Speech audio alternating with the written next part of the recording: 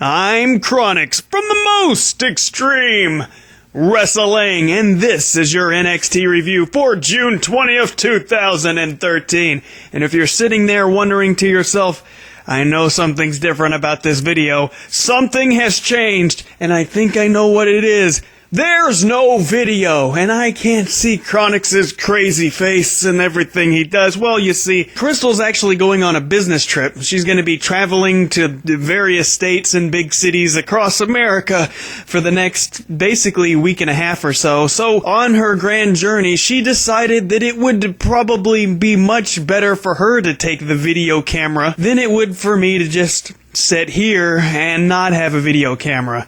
So, as she's traveling to all these new places, she can take pictures and videos and deprive you and me the pleasure of having the video camera. And if you're thinking, Chronix, why didn't you just go with her?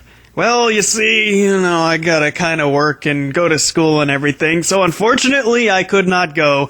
But, that's all good and well. I will be here with you, making all of these videos as I sit here all alone. And we start off NXT with a video package highlighting last week's main event. Bo Dallas capturing the NXT Championship away from Big E Langston. And the thing that pops out once again about the promo at the end when Bo Dallas won the title, I just don't really get it. The pieces don't really fit together for me because Bo Dallas, the words that he chose to say, it sounded like a bad guy saying the things that he was saying. I mean, I'm just assuming that Big E Langston is the big heel and that Bo Dallas is supposed to be the white meat babyface, but I don't know. The crowd reaction didn't seem like they were too happy. It doesn't feel like he's a great good guy or even being tried to be presented as such. So I really don't get that, but maybe later tonight we'll get to that and things will start to make sense. Now we start off with our first match here. We got Adrian Neville, who's wrestled all over the place, obviously not under that name, against Bray Wyatt with the family at ringside. Now, Adrian Neville, boy, that dude is buff. I never really even noticed that before, but the dude, he's just got some muscle mass there. I was looking closely at this match because I'm really interested to see how the Wyatt family's gonna, be in the ring and how they're gonna be on Raw once they actually debut. But we didn't really get to see a whole lot because the Wyatt family jumped in and started beating the crap out of Adrian Neville, which caused a disqualification.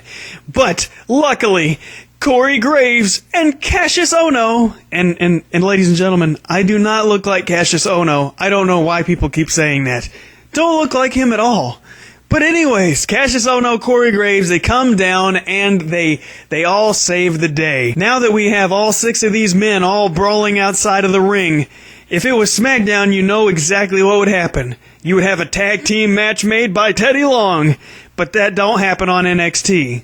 Or does it? Because here comes the commissioner, the American Dream, Dusty Rhodes, and he makes a match for later tonight with Cassius Ohno, Adrian Neville, and Corey Graves versus the Wyatt family. So, my friends, that 6-man tag match that you've been dying to see, it's gonna happen later tonight. Now we have a special message from Dolph Ziggler. He's telling us to never try any of the wrestling moves we see at home or at school. And it just kind of left me with a very strange feeling, because these are trained professionals, Dolph Ziggler and all these other guys, and they recently are all getting concussed, and they're all getting injured. It just seems like everyone, left and right, is just falling to the mat with injury after injury, and just the commercial just left me with just the most bizarre feeling. Obviously, we shouldn't be trying these things at home, but it just made me feel kind of awkward. Now we have Sami Zayn versus Angelo Dawkins, who has no relation to Richard Dawkins, or at least none that I'm aware of. First, let me comment on the commentators, because William Regal, who I was excited to see back here on commentary, was not there. If you didn't see Raw, what happened to the man? Well, he had a match with Antonio Cesaro, where Antonio Cesaro beat him just like he was nothing. He was throwing him around like a child. It was insane. I never thought that anybody could just pick up and throw around that man like he did, especially somebody like Antonio Cesaro. Yes, he's strong, but holy freaking crap. And because of this, man, William Regal ain't there on commentary. So who is there to replace him? Well, you should make a very wild guess, because I never would have guessed it would be Brad Maddox. I don't know why. I have no idea. Is the man a former commentator? None that I'm aware of. But he is there on commentary, and it is very noticeable, because a lot of times he acts like he has no idea what to say, and we'll probably get more of that later on, but I was just very confused as to why Brad Maddox was there. I mean, I guess Vicky Guerrero told him he could be there or something. Really kind of confused about that. But anyways, I don't know why he's not having a match or wrestling, because that is what he is, right? He's a wrestler, and he's Vicky Guerrero's something or another. Whatever. But the point is, I don't think he's there to be a commentator, and my God, I don't know if you know this or not, because I just read this like a few minutes ago. The commentator, former wrestler, Matt Striker, is gone. Now, I know a lot of fans weren't really a big fan of him, particularly, but I kind of was. He wasn't, great, of course, compared to the people that are there, like veterans like JR and people like Jerry the King Lawler, and even Michael Cole, with so much experience under his belt and cheeseburgers under his belt. But the point is, it's really hard to break in as a commentator, and I thought that Matt Striker didn't do bad. I mean, he was different. He was a little cheery, I guess you could say. He got a little excited, especially during the 2011 Royal Rumble and everything, but I thought it was good. It was different, and I liked it. And he knew what he was talking about, unlike a lot of commentators. So I don't know why he got released or he wanted to leave, but he's gone. So unfortunately, we have to say goodbye. But I guess because of this, we have to say hello to Brad Maddox on commentary. So, oh my God, prepare yourself. But with the Sami Zayn, former El Generico, you still got fans out there. They're still, doing the ole thing, right? But it's starting to fade away. And believe me, unfortunately, eventually, those chants will completely fade out. I'm sure they'll crop up eventually, once or twice once he's in WWE, but for the most part, people are gonna forget. But anyways, he has this match against Dawkins, and I don't really know what to think about Dawkins. His outfit, for some odd reason, the front of it just kept reminding me of a very cheap ripoff of Goldust's attire in a very strange way. I don't know why, but it made me think of that. And Dawkins, he loses to the former El Generico as we move on. Now we have a vignette for Lee Cook, I think his name was. I don't really know. He says that people say he's creepy and he just really needs to be more understood. And he's absolutely right. He does need to be more understood, because I can't even formulate an opinion on this guy, because all I saw was a bunch of shadowy pictures of his face and him saying something in the low tones. He sounded like he was from kind of comic book movie or something. So, I don't know. The dude was muscly and stuff, but besides that, I really don't know what to say. But now I have a lot to say, because we move into the tournament for the NXT Women's Championship. Yes, I'm so excited about this. It's still in round 1. We got Sasha Banks taking on Summer Rae. And people have been saying all kinds of good things about Summer Rae, and I can see why. She's actually pretty good. Now let's first start with what I saw first. Her entrance, and I was impressed with it, because I don't know how the Divas always come up with a new way of entering the ring, whether they're hanging upside down or they're doing the splits and they're doing all kinds of weird things, but they always come up with something, and this girl pops up on the top turnbuckle and kind of rides it in a way. I know that sounds dirtier than what it is, but if you'll watch it, you'll understand what I'm saying. Now, this girl is kind of interesting to me because I myself am not normally attracted to blonde chicks for whatever reason. I'm kind of a brunette or even redhead or whatever kind of guy. Or black hair. Oh.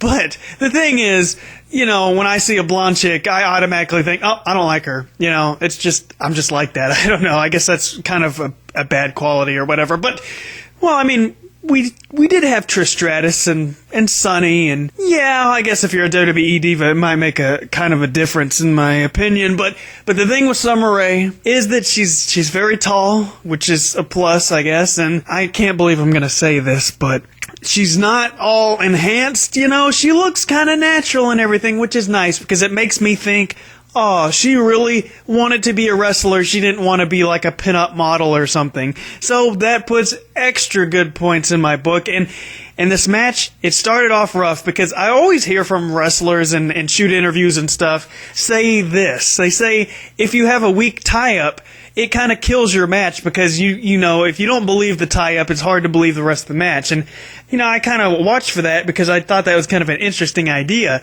And when Sasha Banks tries to tie up, it was very weak at first. So I was like, oh no, this is not going to go well. But actually, the match was intense. The match was going all over the place, and they were doing a lot of, kind of innovative stuff in the match. And I got so excited during this match, for the action that was going on and then the match that I was seeing. I literally looked down to the bottom left of the screen to make sure it still said WWE.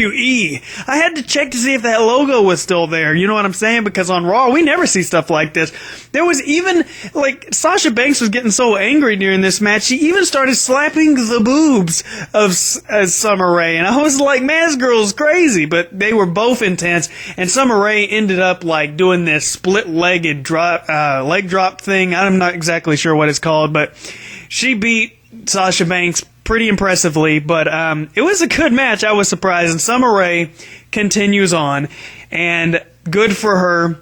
And if you look real closely, as Summer Rae is having her hand raised in victory, that referee took a little bit of interest to make sure that Summer Rae's pectoral muscles were not damaged in the slapping. He gave a quick look, more than a little bit. He looked at it for a whole second. But anyways, now Xavier Woods, he's backstage. I don't even know who this guy is. I know I should know these things, but I haven't been paying attention. This is my second review of NXT, so give me a freaking break. I am completely invested in this guy now. He's kind of strange and kind of weird. He was talking about how I was on episode 137 and 145 and talking about this and that, and now you're going to see me again, and the roof is not my limit, and I'm going to raise it and stuff. And I was just like, wow, that was totally random and weird, but I got my eyeballs fixated on you, Xavier Woods. And guess what? We don't have to wait long to see Xavier Woods in the ring, because he comes down to the ring to fight a guy that I swear they never named until the end of the match. His name was Carter. I don't know. But Xavier Woods, my friends, he comes down to the ring and he's dancing and going crazy. And I became a fanboy in seconds after his promo. And he's doing all this. And I was just like, yes, this guy's awesome. For some odd reason, I want him to have a match with Chris Jericho. I don't even know why. It's just, I don't know. But I really love this guy and hope to see much more of him. He's just so arrogant, he's so cocky, and I guess that's why it reminds me of Jericho a little bit. But anyways, Xavier Woods, he wins, and he dances afterwards, and I was just laughing the whole time. Now we get a special message from the NXT champion, Bo Dallas, and once again, this is what I'm talking about. He's in a car, and he's like, yeah, like I said, I'm going to Disney World, and I know y'all are a bunch of Bo-leavers, and, don't stop Bo-leaving. And I'm like, really?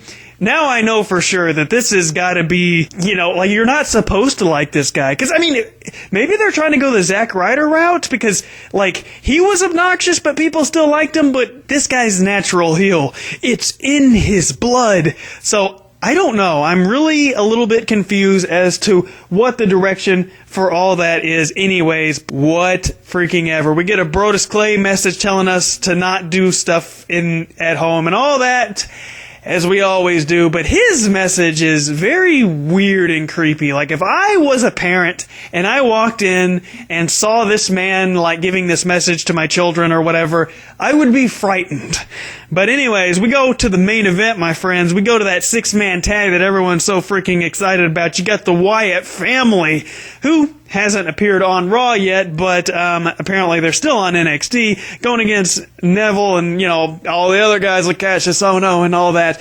But the thing about this match, I liked it and everything, of course. It had a lot of action. You got a lot of stuff going on with all the talent in the ring.